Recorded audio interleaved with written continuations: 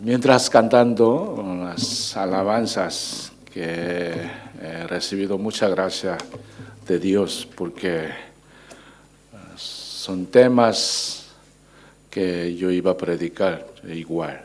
Parece que no hace falta hoy predicar más. Muchas gracias por las canciones. En el año 64 después de Cristo, un día de verano, en el mes de julio, hubo un incendio muy fuerte en el centro de la ciudad de Roma, que el incendio fue tan grave que se prolongó por una semana, para luego volver a surgir en diversas zonas de la ciudad, por al menos 3 días más. Al menos 10 de los 14 barrios de la capital del imperio fueron destruidos por el incendio. 2 de los únicos barrios que no sufrieron destrucción estaban habitados por una gran cantidad de los judíos y de los cristianos. Tras el incendio, empezaron a circular rumores en Roma. Un rumor muy popular decía que Nerón, el emperador, había pasado una buena parte del tiempo del incendio en lo alto de una torre en la cumbre del Palatino, vestido como un actor de teatro, tocando su lira y entonando versos de la destrucción de Troya, mientras contemplaba la escena de la destrucción. Otro rumor decía que Nerón había hecho quemar la ciudad para que las llamas le sirvieran de inspiración para componer un poema. Entonces empezaron a protestar a Nerón, los públicos. Cuando empezaron a protestar los ciudadanos enojados de Roma, él buscaba un cordero de sacrificio para calmarla. Se propagaba un rumor que los cristianos eran los protagonistas del incendio, por lo cual continuamente los cristianos eran arrestados e iban al Coliseo, en donde algunos murieron crucificados y otros murieron despedazados por los animales salvajes. Además, la mayoría de los cristianos escaparon de Roma, huyeron a Asia, donde vivían en cavernas. Allí empezaron una vida nueva.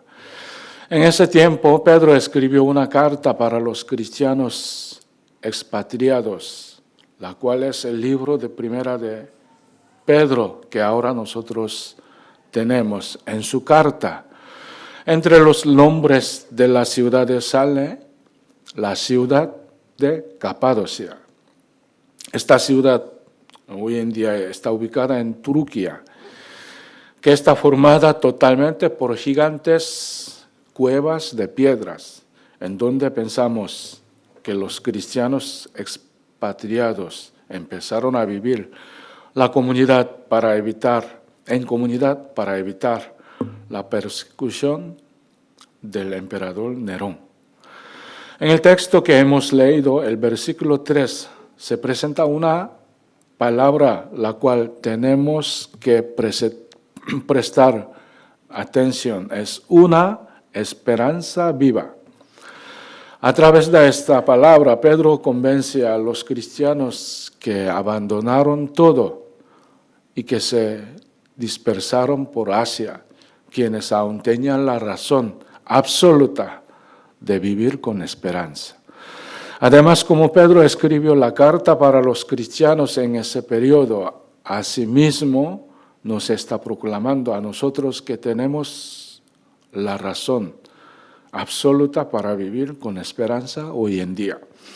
Entonces, ¿cuál es la razón de que nosotros podamos vivir con esperanza? Primera razón es que hemos experimentado al Señor de la resurrección, como hoy una canción que hemos cantado. La verdad es que alrededor del tiempo de asunto de la crucifixión de Jesucristo, los discípulos de Jesús estaban desorganizados. La comunidad fue arruinada totalmente y ellos se dispersaron.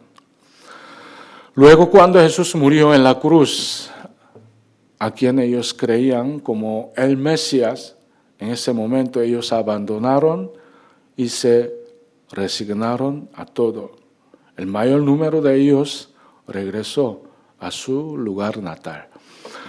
Pero en un instante los discípulos empezaron a unirse nuevamente en Jerusalén.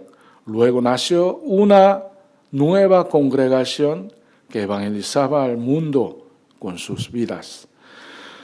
¿Cuáles fueron las causantes que motivaron a ese cambio? Hay solo una razón que posiblemente tenga explicación histórica. Ellos encontraron al Señor resucitado. Ellos encontraron al Señor viviente. Por ejemplo, en el último capítulo de San Lucas, en donde dos anónimos discípulos de Jesucristo regresaban a su lugar natal llamado Emmaus. Cuando todos los discípulos se dispersaban, ellos caminaban hacia su lugar natal con tristeza. Pero de repente, ellos cambiaron su camino y se volvieron a Jerusalén. Luego ellos habían nacido de nuevo como discípulos de evangelización de toda su vida. ¿Qué ocurrió en el camino de ellos? El Señor Jesucristo, el Señor resucitado, se acercó a sus discípulos que caminaban hacia Emmaus, pero ellos no tenían ideas con quién estaban conversando, caminando. Por eso hablaban de sus desesperanza con tristeza. Pero Jesucristo les explicó la palabra profetizada con la cual ardían los corazones de los dos discípulos. Luego ellos entendieron la verdad que Jesús resucitado conversaba con ellos en el camino y en la mesa. En ese instante ellos cambiaron todos sus pensamientos y sus desesperanzas y regresaron a Jerusalén. Después, con sus vidas vivían para el Señor y para el Evangelio. Esto es la historia de la congregación resucitada y el comienzo de la iglesia de Jesucristo. Conocemos todos un reformador llamado Martín Lutero, ¿no? Él estaba cansado en el momento postrero de la Reforma y fue tentado para abandonar todos sus trabajos y sus misiones. Luego un día él abandonó su misión y decía monologando: ya ahora yo no puedo hacer más, está terminado. En ese momento su esposa entró a la habitación y se vistió de luto, de funeral. Por esto Martín Lutero se sorprendió y le preguntó: ¿quién murió? Ella dijo: Dios está muerto. ¿Cómo? ¿Qué significa esto? Ella dijo que si no hubiera muerto Dios, ¿cómo habrías abandonado tu misión? ¿Cómo podrías estar desesperado? Por la palabra de su esposa, Martín Lutero despertó y se levantó para seguir su misión. Entonces, veamos el versículo 3, dice que por su gran misericordia nos ha hecho nacer de nuevo mediante la resurrección de Jesucristo de entre los muertos para que tengamos una esperanza viva. A este nacer de nuevo podemos decir que es como el acontecimiento de nuestra resurrección. Jesús resucitado les ha hecho nacer de nuevo a ustedes y a mí también. Este es como la resurrección espiritual. Luego el Señor entró en el corazón de las personas que han nacido de nuevo y les entregó una esperanza viva. Esto quiero decir que también Jesús nos entregó una esperanza viva. Por esta esperanza nos da una nueva concepción de la vida y del mundo, una nueva vista y una nueva esperanza para vivir. La segunda razón es que ya hemos recibido el compromiso de la eterna herencia en los cielos. La palabra herencia es una palabra conocida hasta los cristianos en el primer siglo. Ellos tenían la experiencia de destrucción y el robo de sus herencias. Sin embargo, ellos confesaron una palabra de fe en ese momento, enfrente del lugar de la destrucción. Hebreo 10, verso 34 dice, también se compadecieron de los encarcelados. Y cuando a ustedes les confiscaron sus bienes, lo aceptaron con alegría, conscientes de que tenían una mejor herencia y más permanente. Aquí dice, cuando ellos les confiscaron sus bienes, lo aceptaron con alegría. ¿Por qué? Porque ellos tenían una mejor herencia y más permanente. Ellos perdieron sus bienes en la tierra, sin embargo, jamás perdieron la esperanza, porque ellos tenían un patrimonio mejor y más permanente. Esto era la fuerza motriz y el motivo de la fe dinámica de los cristianos de la iglesia primitiva para vencer la autoridad de la tierra y el sufrimiento. En la palabra de hoy, Pedro está repitiendo mismas palabras. Versículo 4 dice, y recibamos una herencia que no se puede destruir, contaminar o marchitar. Tal herencia está reservada en el cielo para ustedes. En este versículo está hablando tres características sobre la herencia en los cielos. Una herencia en los cielos que no se puede destruir. Es decir, que es permanente. Una herencia en los cielos es incontaminada. Es decir, que es sana, santa. Una herencia en los cielos es inmarcesible. Es decir, que es inmortal. Para nosotros, el Señor preparó esta herencia inmarcesible en los cielos. Todos nosotros tenemos una herencia que nadie puede confiscar ni quitar. Luego en el versículo 5 dice, a quienes el poder de Dios protege mediante la fe hasta que llegue la salvación que se ha de revelar en los últimos tiempos. ¿Cómo asegura Dios a nuestra herencia de esperanza? Esta herencia está guardada por el poder de Dios. Por lo tanto, nosotros no podemos tener desesperanza si creemos que existe nuestra herencia en los cielos. En este siglo es necesario restaurar la esperanza del reino de Dios, la esperanza en los cielos, porque existen muchos cristianos mezquinos que solo tienen interés para la bendición de su vida y de su familia, porque ellos no tienen la esperanza del reino de Dios, porque no pueden ver la herencia de los cielos. ¿Ustedes creen que existe el reino de Dios? ¿Creen ustedes que Dios preparó un país eterno para nosotros, para ustedes? ¿Cuál fue el motivo de que los cristianos en el primer siglo mostraron una fe valiente? Sus cuerpos fueron echados como comida para los animales salvajes. Sin embargo, no negaron su fe, sino que caminaban hacia el Coliseo alabando al Señor. Esta actitud es la creencia del reino de Dios. Ellos creyeron la existencia del reino de Dios. Nosotros también realmente creemos al reino de Dios, que cambiará nuestra vida en el tiempo actual. Estoy sufriendo el daño, perdiendo mis bienes, pero Dios tiene preparada una recompensa para mí. Con este pensamiento podemos vivir con fe. La palabra de hoy nos convence de la razón del por qué los cristianos viven con la esperanza, aunque sufran por las dificultades y dolores, porque Dios nos aseguró la herencia permanente en los cielos, por lo cual podamos confiar en nuestro Dios y vivir con la esperanza.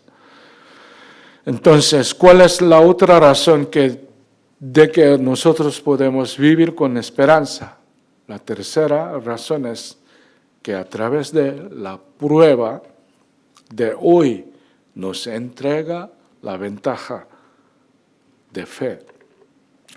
La esperanza del reino de Dios no es solo nuestra esencia de fe, sino que puede desarrollar y esforzar nuestra fe en este momento a través de las pruebas. Sin prueba no puede fortalecerse la fe. En el versículo 6 dice la palabra diversas pruebas, que significa varios colores. Nosotros encontramos varios colores de pruebas durante nuestra vida en esta tierra. La enfermedad de cuerpo, la ruptura de la relación humana, la prueba de la economía, etc. Un montón de las pruebas. Enfrente de las pruebas, nosotros nos inquietamos, lo que es muy natural. Sin embargo, los cristianos deben vencer a la inquietud. Por eso en el versículo 6 dice, esto es para ustedes motivo de gran alegría, a pesar de que hasta ahora han tenido que sufrir diversas pruebas por un tiempo. ¿Qué dice? Nuestra aflicción dura por un poco de tiempo y tenemos un motivo de gran alegría. ¿Con qué motivo podemos pasar nuestra situación de aflicción y podemos alegrarnos? La respuesta está escrita en el versículo 7. En este versículo encontramos la palabra prueba vuestra fe para los cristianos. Para los hijos de Dios, las diversas pruebas son para prueba de nuestra fe. Para fortalecer nuestra fe, el Señor permitió existir en nuestra vida. Por lo tanto, nosotros pasemos las pruebas conforme a un cristiano, seguro que obtendremos la ventaja de fe. ¿Qué ventaja obtendremos? Cuando nosotros estemos de pie enfrente de Cristo, mostraremos nuestra imagen que es digna de aprobación, gloria y honor, lo que es nuestra ventaja a través de la prueba.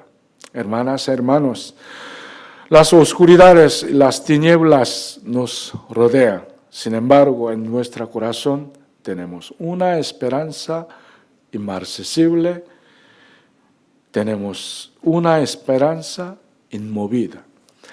Además, en este momento podemos sentir que la mano de Dios está formando nuestra vida, nuestra personalidad, nuestro ser, nuestras iglesias, nuestro hogar, nuestro país, nuestras naciones, a través de estas pruebas, a través de la prueba del Señor, nos está formando en un cristiano santo, para que algún día nos estemos de pie enfrente al Cristo como un cristiano honrado, glorioso y santo, por lo cual podemos vivir alabando en el medio de la tormenta, de la aflicción. ¿Por qué?